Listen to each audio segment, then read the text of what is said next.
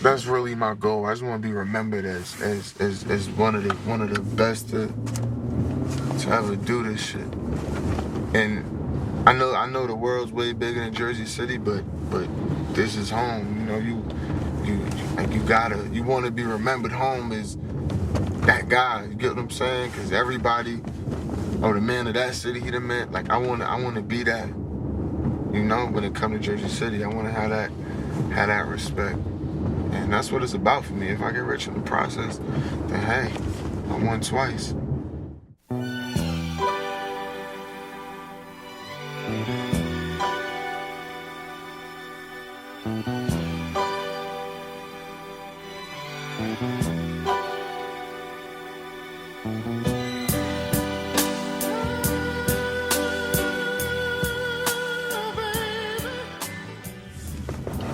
Bread and Butter.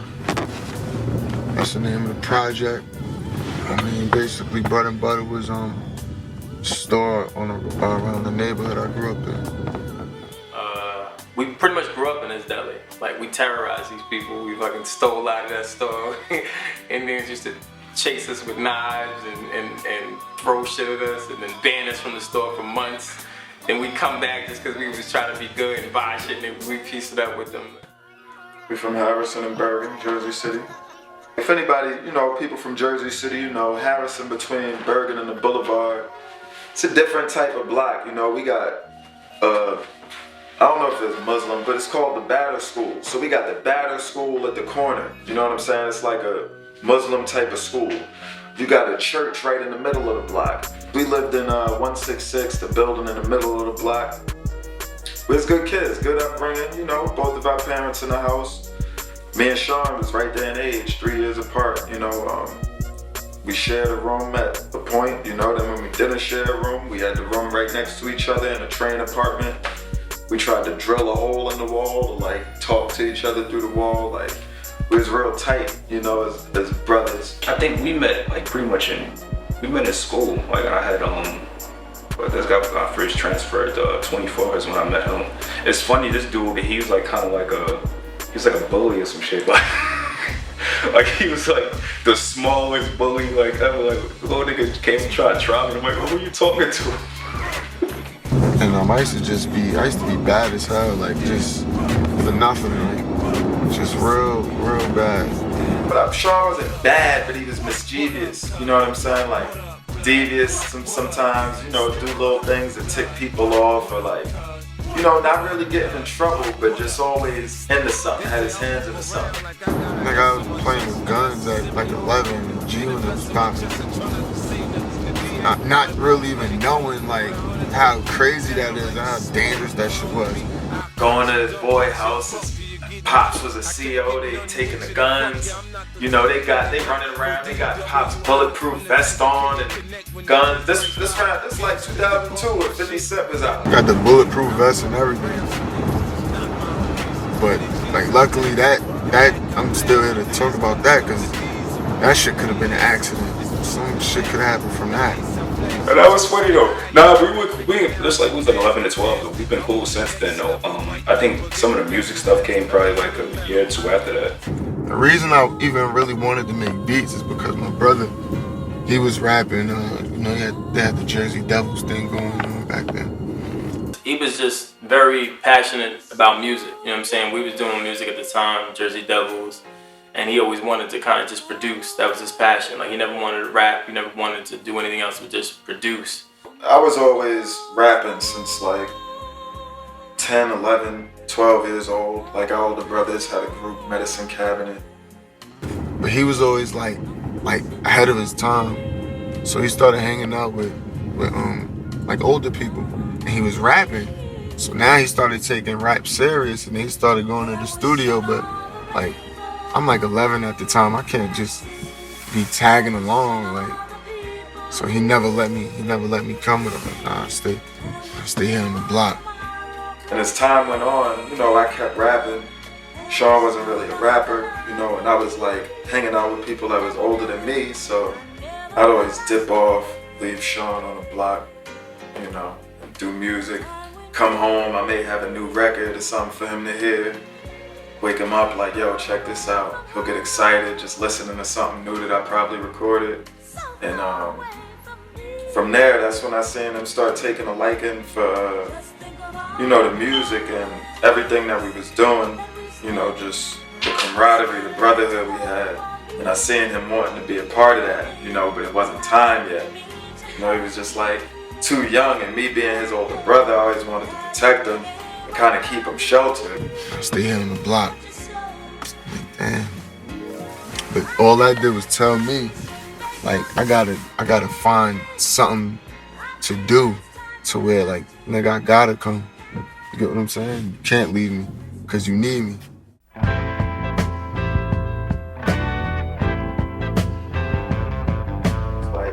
Jay-Z Blueprint, like, that's when I seen Sean really get into music, you know what I'm saying? Like, Jay-Z Blueprint album came out, like, he's like, yo, Kanye, like, Ain't No Love in the Heart of the City, you know what I'm saying? Shit like that.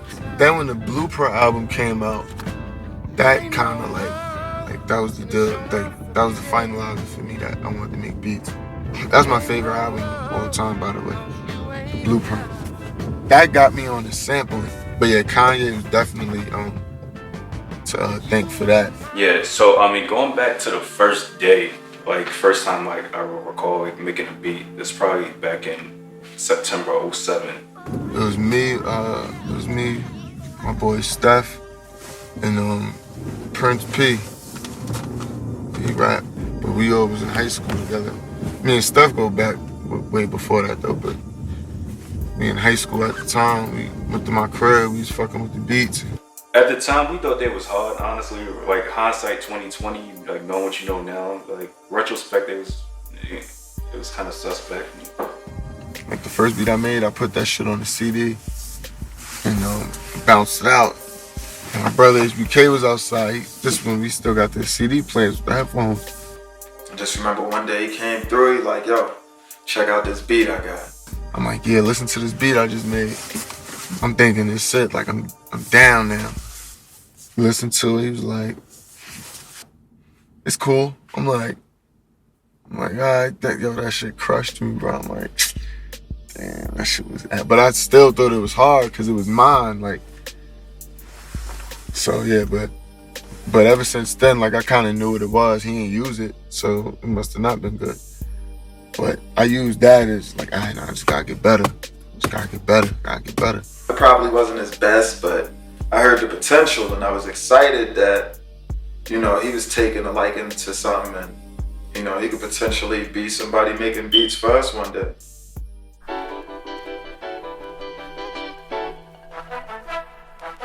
Getting better, started getting better. And then I found this sample. It was a Phyllis Hyman sample, Magic Mona.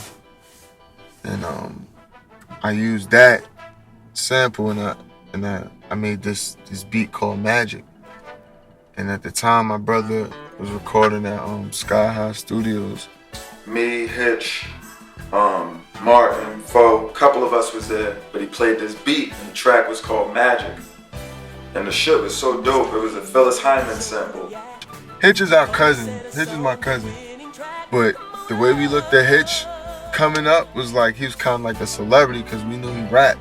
And it was just like, oh, like knowing somebody who, you know what I mean? DJ Clue, all that. It's just like you kind of starstruck when you was around him back then. So I'm like, damn, if a Hitch rap on one of my beats, that would be like, that's like a dream come true on the low.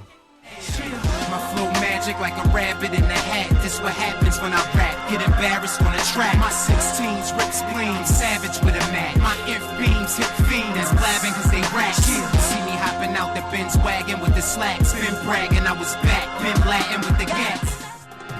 I'm sky high, checking out the latest double XL. Which one will succeed, which one will prevail? A lot of new MCs, I'm one of them as well. But I wasn't on the cover, oh fuck it, oh well. Shit was just dope, and like me, Hitch, and my cousin Fo, we got on it, bodied it, and that was like the first track that Gizzle produced.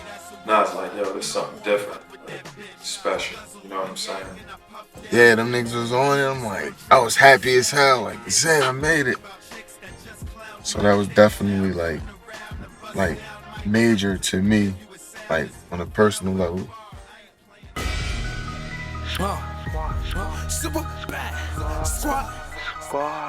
After that, I just, kept doing my own thing until it was about 2000, probably like late 2013, mid 2013. Designer Boyz, that's how that came about. Snow, Krim, Souls, Hero, Harley, Finesse. I actually wasn't there when they first came up with it. You get what I'm saying? Like, I've been making beats as long as I've been making beats, but around that time I wasn't going as hard as I should have, and I just kind of fell back a little bit. But Sos knew I made beats because he just know me, and and that was that. So he hit me like, yo, you still make beats, right? We started off with Gizzle's first beat, Super Bad. It was me and Sos on there. For some reason, I just wanted to take it serious, like when they brought me into the situation. Gizzle the one that basically enforced his opinion. Like if he felt like we needed to do something or we needed to shoot a video, we had to make this type of song. He enforced that he'd get all us in the studio, you know what I'm saying? Get all us to do our verses and make sure it's the best outcome for whatever we did. And and you go make it happen. That's the whole point that's the whole driving force behind Designer Boyz and behind the movement. Like, he basically was the ones who put the motivation and put the battery in our back. And I think he's always been pretty good at that. Some of us is innate in us to be natural born leaders, which is why you would see him at the forefront and everybody else just kind of just pick up all right, we're gonna go with you. It's crazy to see him, be like such a little kid that used to get beatings and shit just because he just wanted to hang out with all the older crew, and then now he's got people that want to hang out with him. He's got his own crew, so talk about evolution. Hello, this is a prepaid call from Finesse. To accept this call, press 0. Yo, what's good, bro? Chillin', bro. Same old shit, man. Yeah, nigga, the bounce back is gonna be real. Yeah, turn the shit up. Mm-hmm. I don't know how they gonna take BB this time around. Word. Killing them. Foot on their necks. I don't even think I'm ready for this shit. Word. That's Finesse, man. Free my bro. I mean, coming on real soon.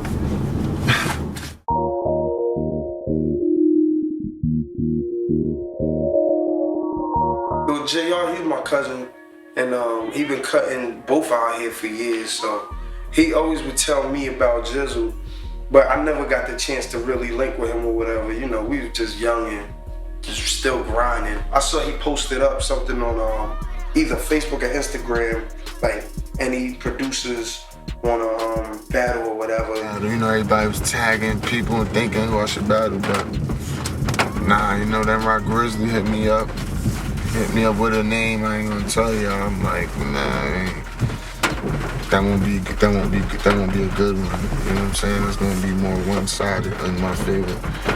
But when you said MVP name, I'm like, yeah, I could definitely get with that. I already knew what he was calling me for. I already knew it. He was like, yo, Gizzle trying to do this battle, yo. If you one of the producers, you down? I'm like, yeah, I'm down. Let's do it. Why not?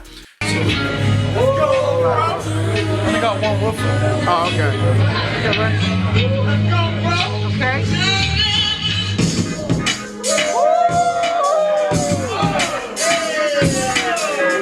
So when MVP played his first beat, I'm like, damn, I wonder what the fuck Gizzle got for this shit, cause the shit was hard, basically, you know what I'm saying? So, and then Gizzle went.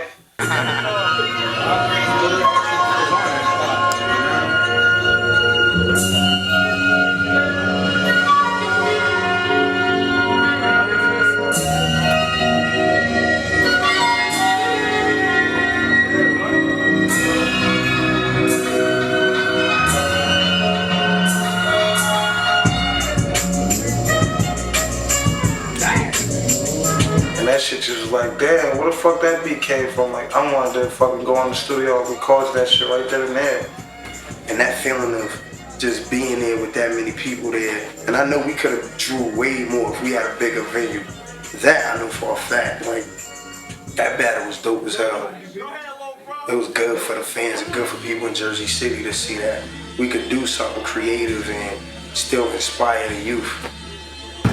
He came with it, I came with it. It was a good show. I had my people, he had his people. Some people was there for both of us. It was definitely an epic moment, you know, and even after the beat battle, I'm just playing beats, everybody rocking out, freestyle on the mic, little Dev, Pressure, Taylor Port, a lot of people, you know what I'm saying, man, different people just grabbed that mic and just still kept the vibe going. But from that beat battle, it really like drew us closer to each other because, you know, we exchanged numbers and it became more personal.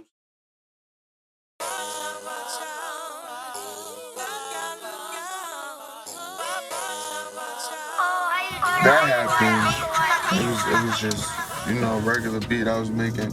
Matter of fact, I'll tell you what made me want to do the beat. I was up. It was a work night too. Probably about 3 in the morning. I was watching like the old video channel, and Lauryn Hill, the Doo Wop video came on. I never really liked that song. Like as a kid, I wouldn't turn from it, but it's just nothing. I'm like, oh, turn that up. It just was something. All right, they should just play. So something made me just continue watching because I'm laying down, I'm just beat. Then when that break part come in, I'm like, yo, that shit just hit me right there. Jumped up out the bed, ran downstairs, I'm in my drawers. I'm like, I gotta start on it. So, you know, I ain't finished it that night, but I downloaded the sample, chopped it up. Like, all right, I'm gonna work on this tomorrow.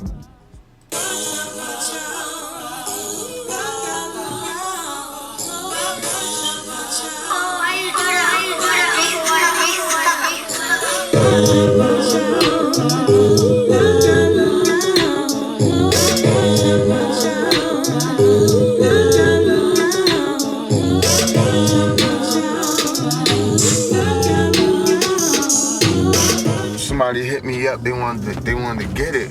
Barlow hit me, matter of fact. Like, yo, I need that. I'm like, all right. Then mad people started doing the same thing. I'm like, hold up, yo. I hit Barlow like, hold up, bro. Nah, man, think I got something.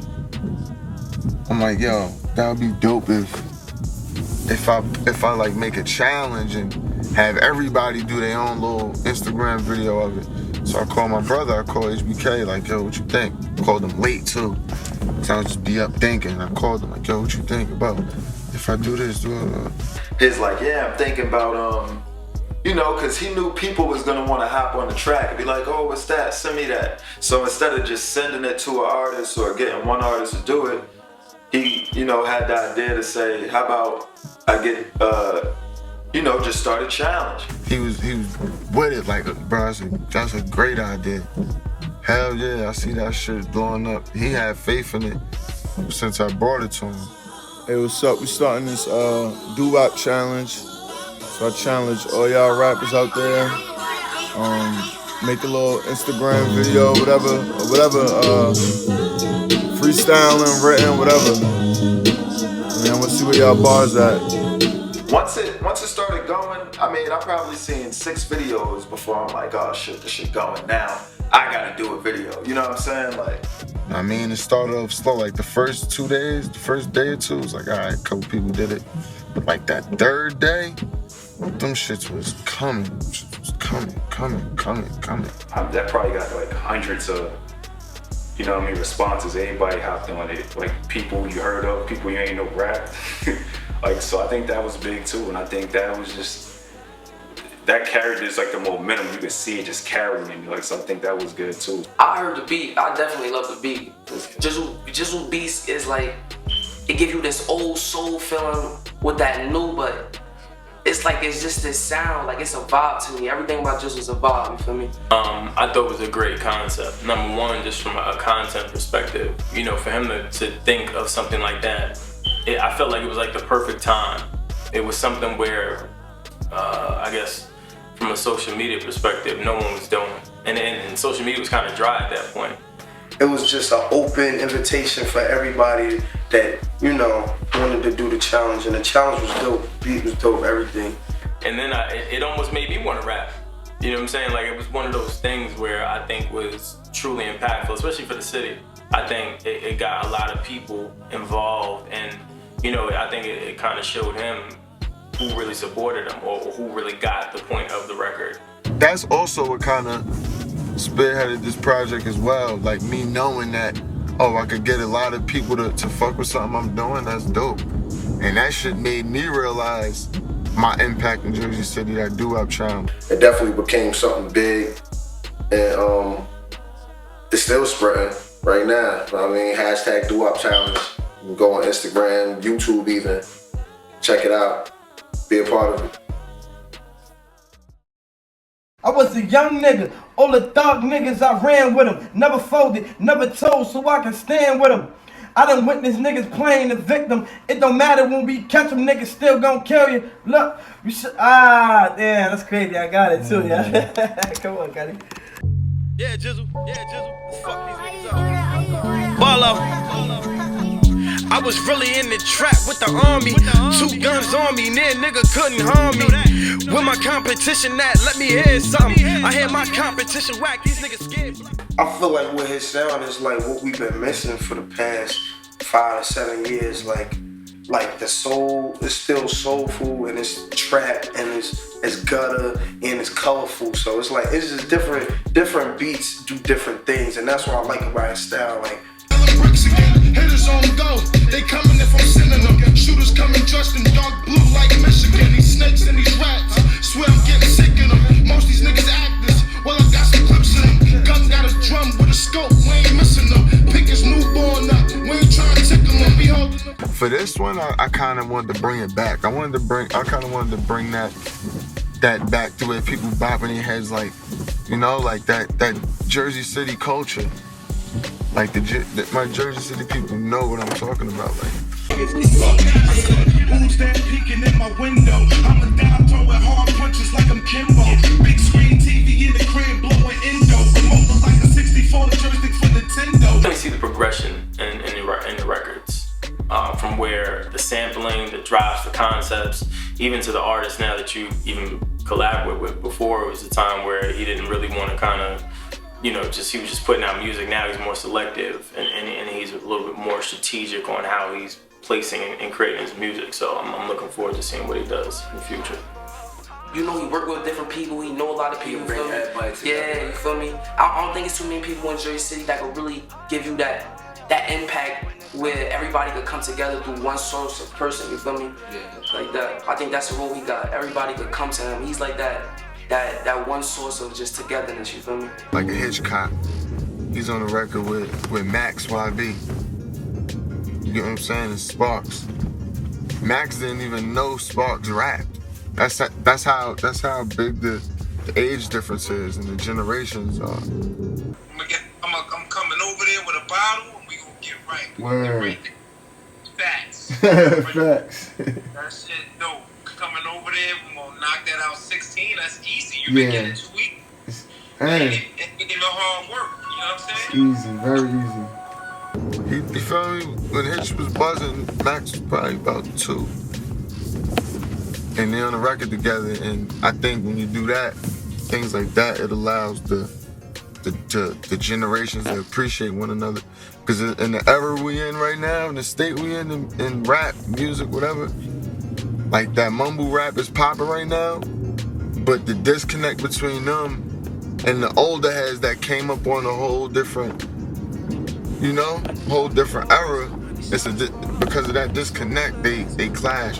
Cause everybody's a thoroughbred. I get love in my city, I don't care what your barrel said. I clap you, then clap him, then clap daughter. That order, put lead in them like tap water. That's torture. It's gonna be a murder. Yeah, you popping pills, I prefer to drink on my third body. Irv Gotti, how I murder ink. Learn to think before I let the gun blow. Gung-ho, when I play the block like Matumbo. I keep it 100 with a dumb flow that you lacking, soldier. Off the grip, you get stripped like acetona. Give a fuck about the beats. Let's go. money pressure. I'm the ghost of it. You gotta. Whoa! No, don't do those though. Don't do those? Yeah, no, not those. Like, you gonna harmonize. You get what I'm saying? Yeah, I get you. I was gonna do both of me. I think it's gonna sound hard. Let me see how it sounds. And I think the position he's in right now and the efforts that he put forward so far actually gave us a sound, actually gave us a feel or mood to be in as far as when it comes to the new age and hip hop in our city. You know what I mean? He's definitely like a defining sound. Yeah, I'm just looking forward to it being pushed by everybody and actually appreciated by everybody, because we need more of those, you know, producers, composers, and the innovators of sound and vision that's gonna actually push our city to that next level. He's a professional at everything he do, and I'm blessed to be a part of it. You know what I'm saying? For him to reach back and say like, yo, I want you to get on the track. You know what I'm saying? Like, so I gotta come correct. I just go with whatever he wanna do, however he wanna flow. Like, look, every day is a struggle, no academic. Fuck with my city, results can be cataclysmic. See that guy when they hear this and ask who is it? It's HBK to be specific. I've been through it all, I won't get into logistics. Ask me how I'm doing, I might tell you mind your business. Used to ride the buckets, smacked up a couple Benzes, made a couple enemies and found out who my friends is. With him, I know everything he do, like he put the effort into it because he want anything he do to be like, yo, timeless. You know, there's a lot of music passes and goes all the time. Like, you know, that's part of it. But I think with him, I think part of the sampling was like, yo, these songs that he samples from these like great artists have survived through like generations right now, and I just want to kind of implement that into what I'm doing right now and keep it going. Like, just, you know, push it forward. So I think, you know, hats off to him for that too. They might think he may be Hollywood or something like that. You know what I mean? You know, we fly, we do what we do, we popular in our city. You know what I mean? So maybe people might think he's popular or a little bit hot-city or whatever you want to call it. But nah, man, he's mad cool, down to earth. You know what I mean? It just, when it comes to the craft, he's perfectionist. You know what I mean? Got the ear for music. He cut from a cloth for music that, you know what I mean, a lot of these young cats nowadays not even cut from. And to be a young dude, you feel me? It take a lot right now to really be focused on a goal or focused on a dream and really set out to accomplish it. So he's steadfast in his word, and you know, and he go make it happen. Like my goal with this is it's not to be famous or none of that. Probably not even rich. I just wanna be remembered. I want to be like, every time you talk about Jersey City music, like, you have to mention my name. And I'm not just talking about being somebody that make beats. I'm talking about, you know, everything. Bringing people together, coming up with songs, making up concepts, helping. You get what I'm saying? Like, it's an overall thing. Like, my main hat is me making beats, but behind the scenes, like I do a lot. I do a lot, and I try to make everything perfect. You know, and I just want to be somebody my daughter could look up to. I be having her down there with me sometimes. I'm making my beats. If she bop her head, that's like the stamp of approval. It's a go. Kobe like it, it's a go.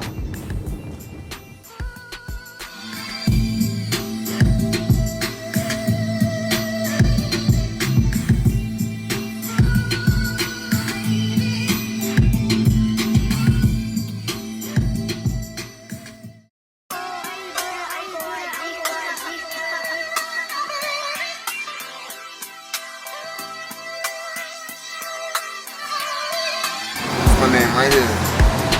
Carved that shit probably in like 2001.